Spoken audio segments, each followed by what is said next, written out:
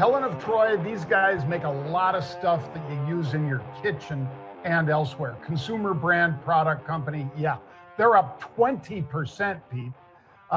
They delivered quarter top and bottom line beats, and then they reaffirmed net sales and profits.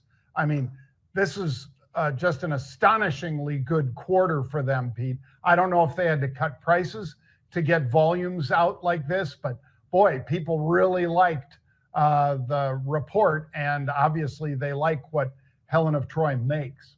Well, and they did just everything you'd ever want in an earnings, right? When you come out there and you crush the earnings, that's great. They crush the revenue, that's great. You crush on the profit side of it, and you actually guide that it's going to continue to be like this. You beat on the annual sales. You reaffirm what's going to go forward on annual sales.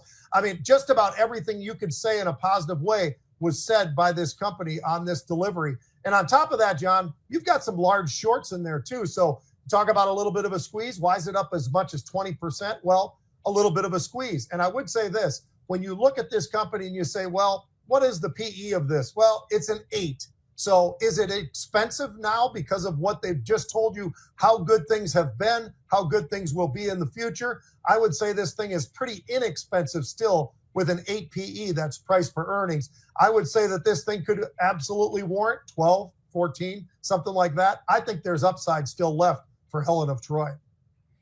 Yeah, well, Pete, OXO is one of their products that's everything from can openers to scrubbers and things like that. And they kind of make them look like they're a little more luxe, a little more luxurious. It's not just a piece of metal that you're using. It's a piece of metal with some rubberized things to hold on to and all that to make it easier to grip when it's wet and all that kind of stuff. They're not just putting out a bunch of, like I say, cheap 99-cent stuff.